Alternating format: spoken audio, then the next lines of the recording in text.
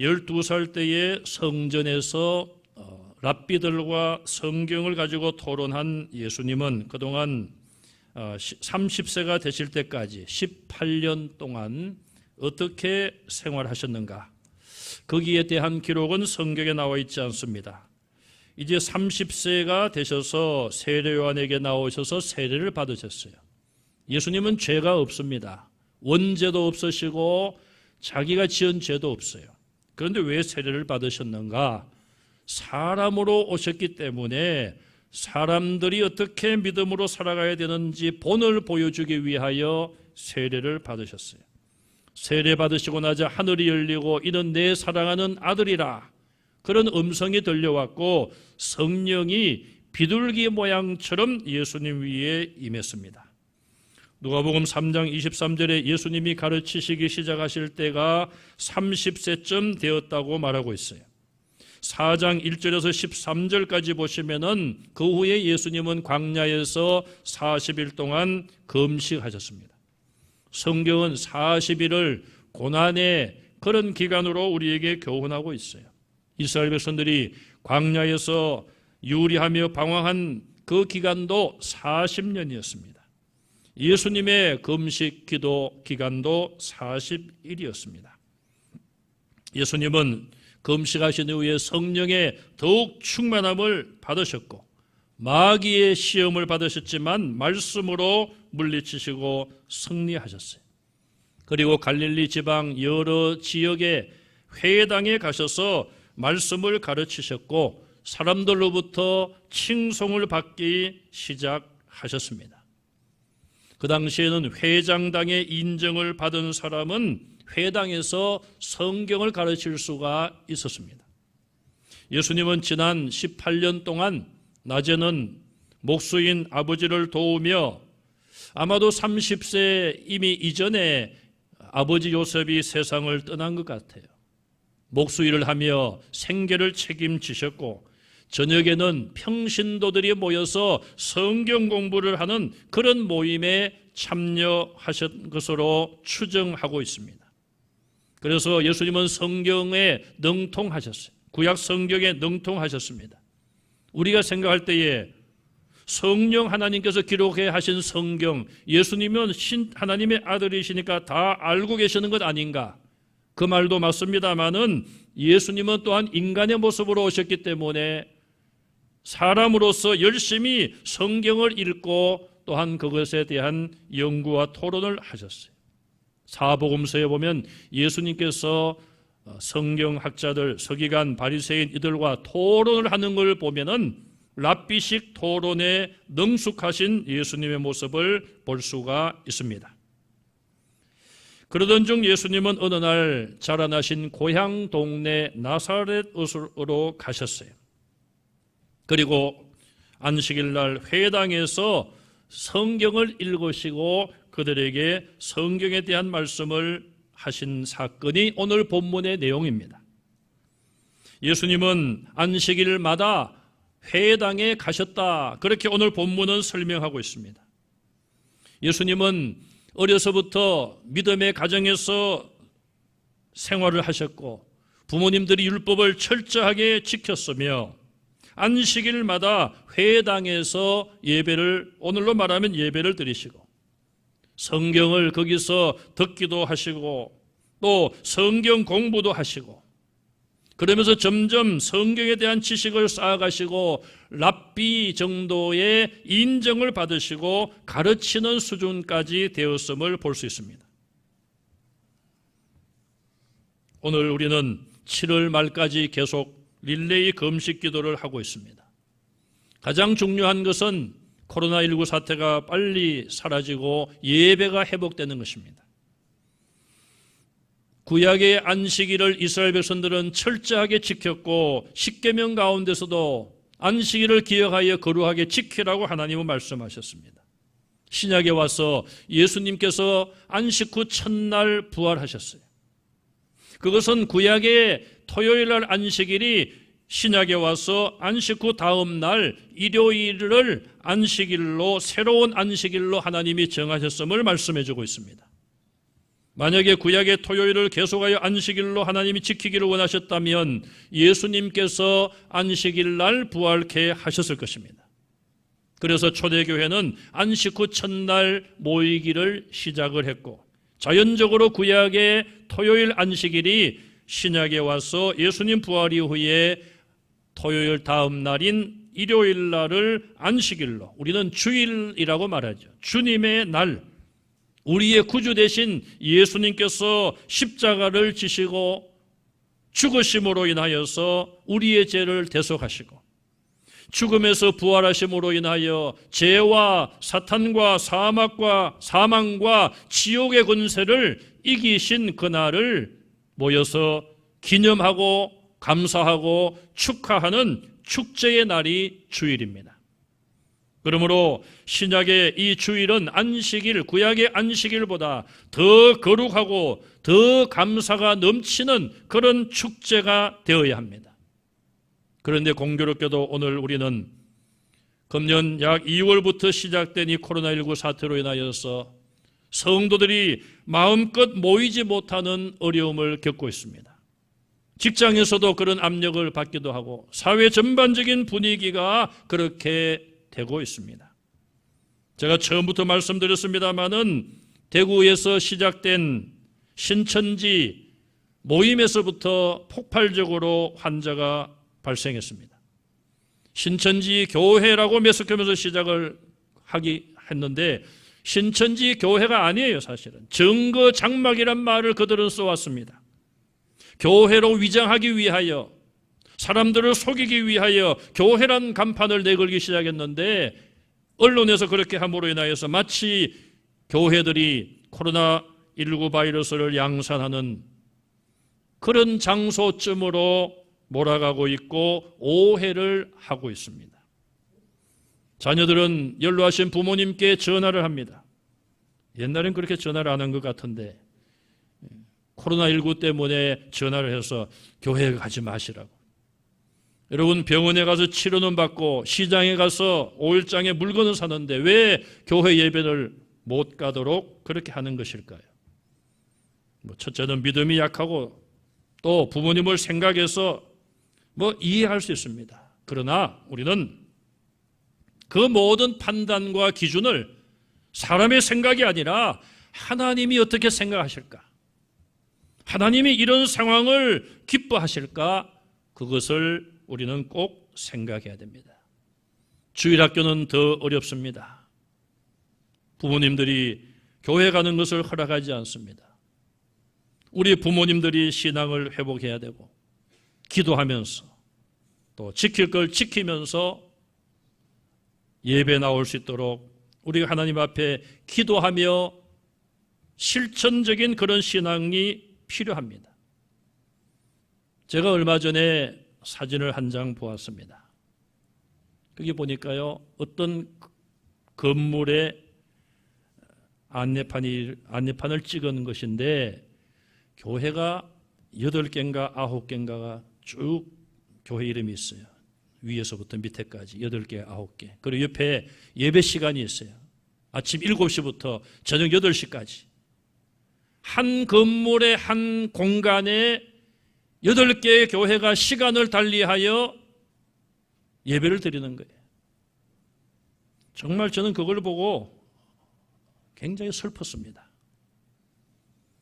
신학을 졸업하고 목사 안수를 받고 복음을 가지고 교회를 개척하고 그렇게 우리 젊은 후배 목사님들이 힘쓰고 있는데 코로나19가 오지 않아도 재정적으로 자립하기 어렵고 소수의 성도들이 모여서 얼마나 힘든 가운데 예배를 드리겠습니까?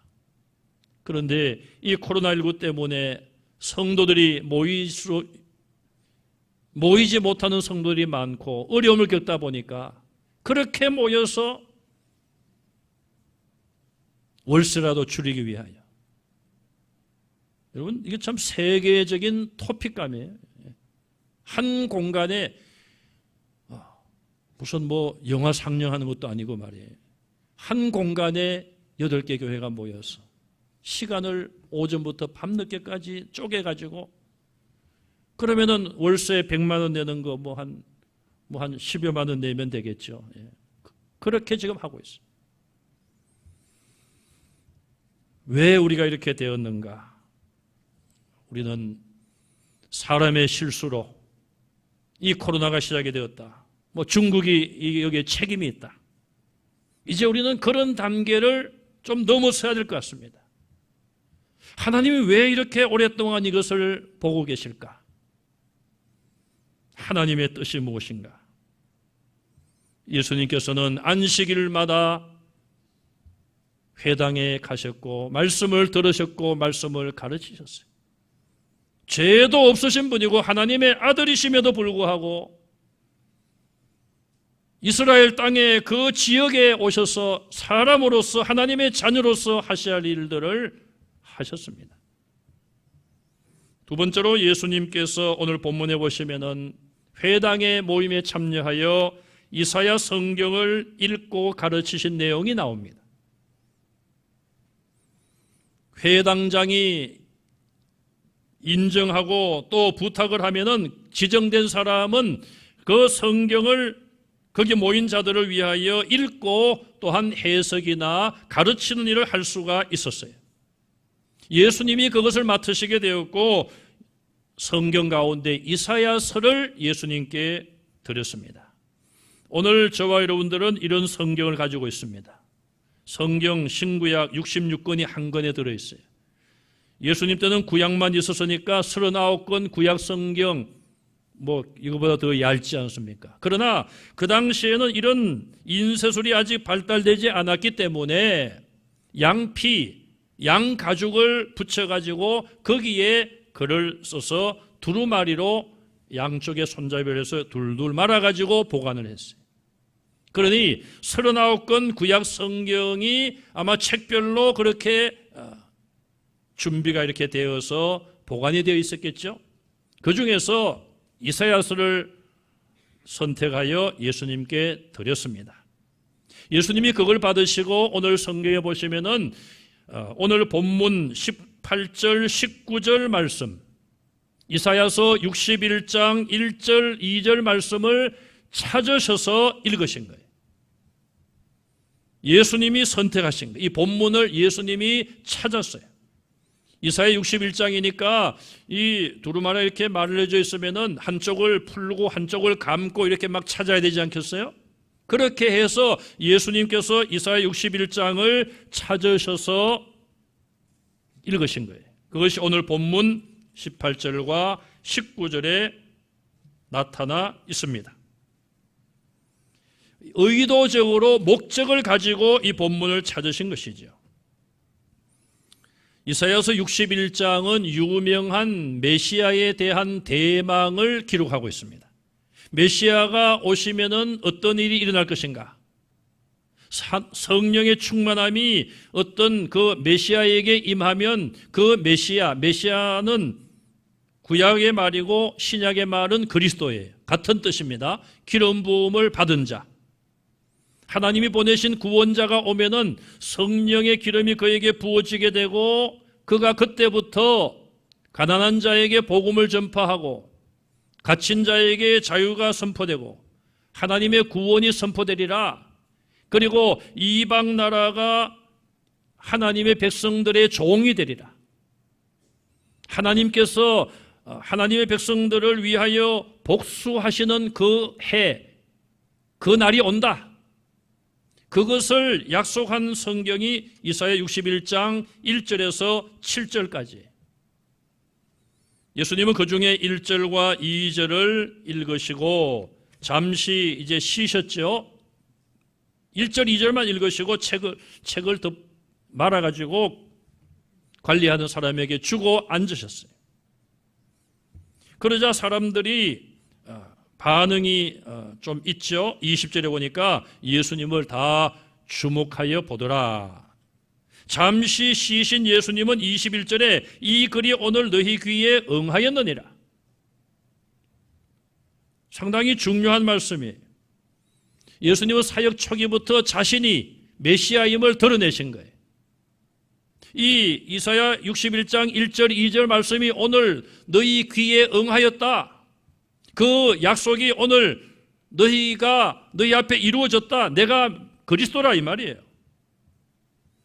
그러자 22절에 그들의 반응이 나오고 예수님은 23절부터 27절까지 말씀을 또 하십니다. 그러자 그들은 28절에 보니까 화를 내며 예수님을 쫓아내고 동네 밖에까지 산 낭떠러지까지 끌고 가서 밀쳐서 죽이려고까지 해요. 그러나 예수님은 그곳을 떠나셨습니다. 자, 우리는 이 본문의 이런 모든 상황을 보시면 예수님이 이사야서 61장 1절 2절을 읽으시고 그 후에 그 사람들의 반응은 22절에 그들이 다 그를 증언하고, 증언이 무엇인가? 다른 성경에 보면은 참석한 자들이 예수님에 대해서 한두 마디를 다 했다는 거예요. 예수님이 이사야 61장 1절 2절만 읽었는데 왜 예수님에 대해서 이렇다 저렇다 말을 했을까? 증언이 뭔가 도대체? 무엇에 대한 증언인가? 또 이 증언이라는 말을 두 가지로 해석할 수 있어요. 첫째는 긍정적인 증언, 예수님에 대한 좋은 이야기, 호평이죠. 두 번째, 예수님에 대하여 부정적인 이야기, 예수님을 비난하는 말. 자, 둘 중에 하나라고 볼 수가 있어요. 그런데 우리는 이 성경을 읽으면서 그 다음에 나오는 말씀, 그 입으로 나오는 바 은혜로운 말을 놀랍게 여기더라. 예수님의 입에서 나오는 은혜로운 말, 예수님의 말을 듣고 은혜를 받았다 이 말이에요. 그런데 그 말을 놀랍게 여기더라. 이게 예수님을 칭찬하는 것인지 그것까지는 알 수 없어요. 그러나 그들이 깜짝 놀랐다는 건 사실이에요. 그런데 그 다음에 나온 말이 뭡니까? 이 사람이 요셉의 아들이 아니냐? 요셉의 직업은 목수였습니다. 나사렛에서 요셉을 모르는 사람은 없었을 거예요. 이 사람들이 아니 저 예수가 요셉의 아들이 아니냐? 좀 달리 말하면은 뭐 별로 가진 것도 없고 배운 것도 없는 목수의 아들이 아니냐? 그런 뜻입니다. 그렇다면 우리가 22절에 이 사람들의 그 분위기가 예수님에 대한 칭찬과 존경인가? 아니면 그 반대인가? 만약에 예수님에 대한 칭찬과 존경이라면 왜 이들이 28절 이하에 가서 화를 내고 예수님을 죽이려고 했을까요? 그들의 태도가 돌변한 것일까요? 반대로 그들이 22절의 이 분위기가 예수님에 대하여 좋지 않은 감정을 처음부터 가졌다면 점점 예수님에 대한 감정이 나빠져서 23절에서 27절의 말씀을 듣고 완전히 크게 화를 내며 예수님을 죽이려고 시도까지 한 거예요. 예수님의 사역의 초기는 이처럼 자신이 그 메시아임을 나타냈고 이미 청중들로부터 죽임당하려고 하는 그런 공격과 압력을 예수님은 사역 초기부터 받으신 것을 알 수가 있습니다. 그렇다면 22절에 왜 그들의 분위기가 좋지 못했을까요? 왜 예수님에 대한 나쁜 감정을 가지고 나중에는 죽이려고까지 했을까요? 예수님께서 이사야서 61장 1절 2절을 읽었다고 제가 말씀을 드렸고 그것이 오늘 본문 18절 19절에 나와 있습니다. 오늘 여러분들이 주일이고 하니까 집에 가시면 이사야서 61장 1절에서 7절까지만 읽어주시기 바랍니다. 이렇게 말씀드려도 제가 확인할 바가 없는데 여러분 읽으시면 여러분들에게 도움이 되십니다. 자, 지금 시간이 없어서 세밀한 대조와 설명은 제가 약하고 간단하게 요약을 해드리겠습니다. 이사야서 61장 1절과 7절까지 내용은 세 부분으로 되어 있습니다. 첫째 부분은 예수님이 읽으신 1절, 2절은 장차 메시아가 오셔서 가난한 자에게 복음이 전파되고 또 갇힌 자에게 자유롭게 될 것이다. 그 다음에 중간의 부분은 무엇인가 하면은 이스라엘이 이방 모든 세력을 이기고 이방인들을 종으로 부리게 되고 하나님의 영광이 나타나리라. 하나님께서 그들에게 보복하고 이제 이스라엘이 승리하리라. 이방인들은 망한다. 이방인들은 종이 된다. 그런 말씀들이 두 번째 부분, 세 번째 부분에 이어지고 있어요. 그런데 예수님께서는 1절, 2절 첫 번째 부분만 읽으시고 두 번째, 세 번째 부분인 3절에서 7절까지를 읽지 않으신 거예요. 이스라엘 백성들은 늘 선지자들의 약속 가운데 이사야서 61장 1절에서 7절 말씀을 굉장히 좋아했습니다. 왜냐하면 그들이 지금 로마의 압력을 받고 로마의 식민지로 살아가고 있습니다. 그런 가운데 이사야가 약속하신 대로 메시아가 오시면 그들을 자유롭게 할 것이고 자기들을 괴롭혔던 저 원수들을 이제는 종으로 부릴 그런 때가 메시아가 오면 이루어진다. 그런 소망을 가지고 살았어요.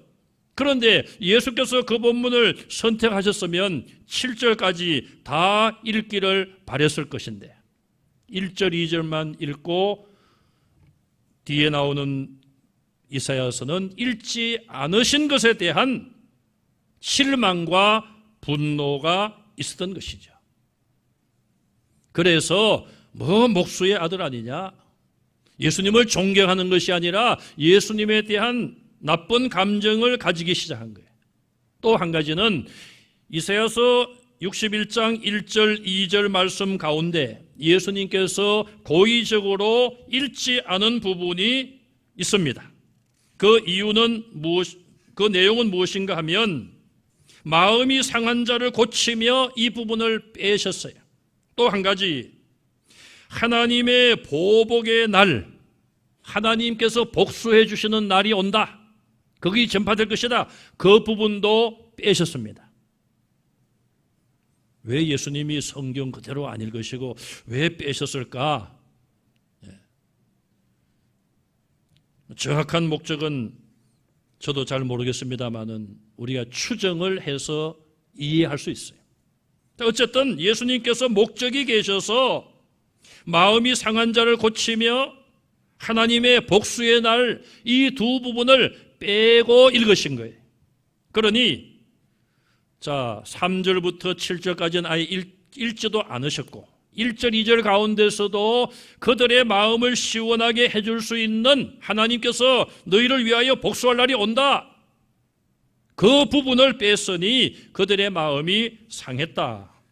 이렇게 볼 수가 있는 것이죠.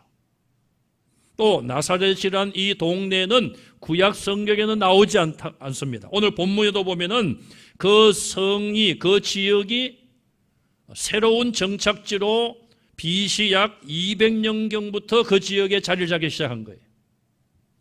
그래서 그곳에 온 사람들은 주로 유목민들 혹은 난민들, 이리저리 방황하던 유대인들, 자리를 잡지 못하고 생활이 어려웠던 유대인들이 그곳에 와서 새로운 정착지로 살게 된 거예요. 그래서 그들은 늘 불만이 있고 늘 권력자나 가진 자들에 대한 불만을 가지고 있는 것이죠. 그래서 이들의 소망은 다른 유대인들보다 더 간절하게 메시아가 와서 자기들을 괴롭히는 권력자들과 로마의 권력을 하나님께서 다 빼앗고 그들을 이스라엘의 종으로 부릴 그날을 간절하게 기다려온 것이죠. 그래서 나사렛 사람들은 더 예수님의 이 같은 성경을 읽으신 것에 대하여 민감하게 반응을 했습니다. 자, 그런데다가 그렇게 예수님이 성경을 읽으신 데다가 내가 메시아다. 이 말씀이 너희 귀에 그대로 응했다. 자신이 메시아임을 말씀하신 거예요. 그러면 나사렛 사람들이 볼 땐 저 예수가 저 가난한 제대로 배우지도 못한 목수의 아들로 자라는 것을 우리가 다 보았는데 어떻게 자기를 메시아라고 말하느냐? 그런 시기와 질투심, 목수의 아들이 저렇게 되었다는 데 대한 질투심도 있는 것이죠. 여러분, 옛날엔 우리나라가 개천에서 용났다, 그런 말이 가끔 있었죠. 가난하고 어려운 가정에서 열심히 노력해서 그래도 어느 정도 성공한 사람들에 대한 이야기예요. 그러면은 그 동네에서 보면은 그런 훌륭한 인물이 나오면은 대부분의 사람들은 그 가정을 존경하고 부러워하고 그냥 이렇게 대접을 받지 않습니까? 부모들까지도. 그런데 그렇지 않은 경우도 있는 거죠. 시기하고 질투하는 모습으로 남이 잘 되는 것을 싫어하는 사람도 있는 거예요. 아마도 나사렛 사람들이 그런 마음을 가진 것이 아닌가, 그렇게 생각해 볼 수 있죠. 또 더 나아가서 예수님께서 23절에서 27절까지는 성경을 읽으신 것이 아니라 예수님이 직접 말씀을 하셨어요. 첫째는 무엇을 말씀했습니까? 선지자가 고향에서는 환영을 받지 못한다. 지금 예수님은 이미 나사렛에서 오기 전에 갈릴리 여러 지역에서 말씀을 가르치시고 놀라운 능력들이 나타나기 시작했습니다. 예수님은 말씀하십니다. 당신들이 지금 나에게 그런 것을 행하라고 요구하느냐? 자, 예수님에 대한 그런 일들을 들었다면 이분이 참 대단한 분이구나, 적어도 선지자는 되겠구나, 이런 마음을 가져야 될 텐데 요셉의 아들 예수, 너 잘하는 우리가 다 봤는데 뭐 다른 데 가서 그런 능력을 나타냈다며? 어디 우리가 보는 데서도 한번 해봐.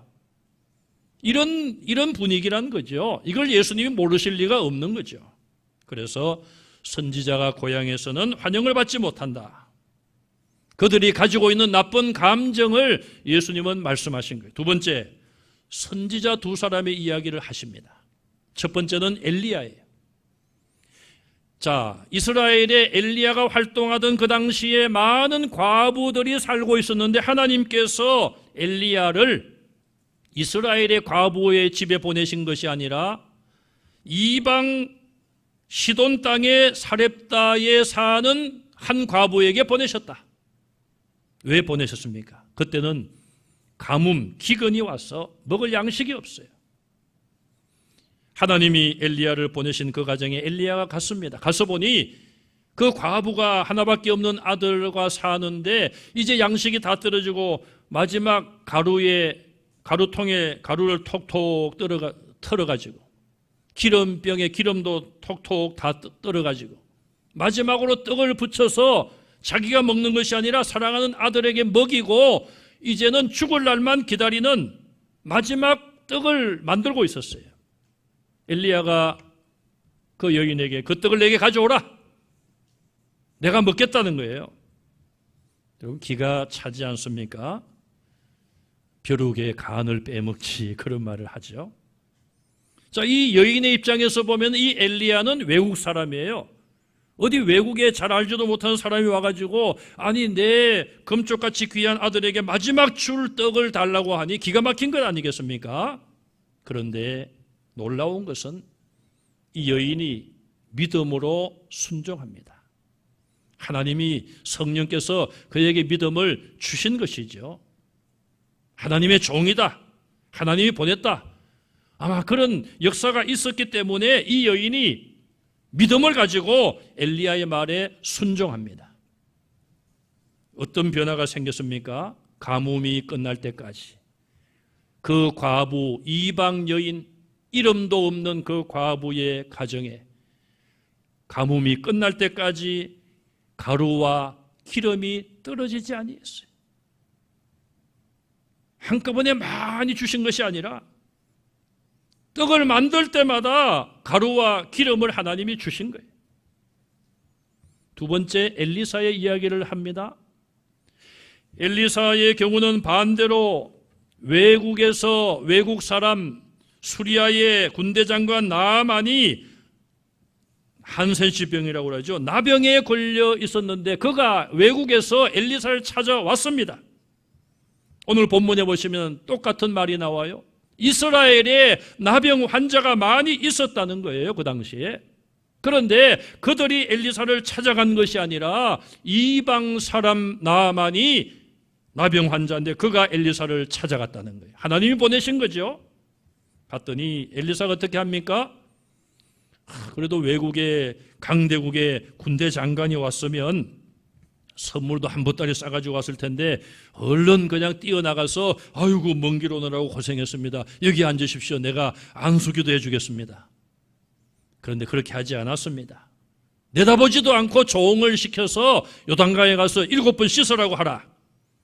그 말을 들어 나아만이 화가 났습니다. 돌아가자. 똑똑한 부하가 한 사람이 있었습니다. 장군님, 더 큰 일을 하라고 해도 해야 되지 않겠습니까?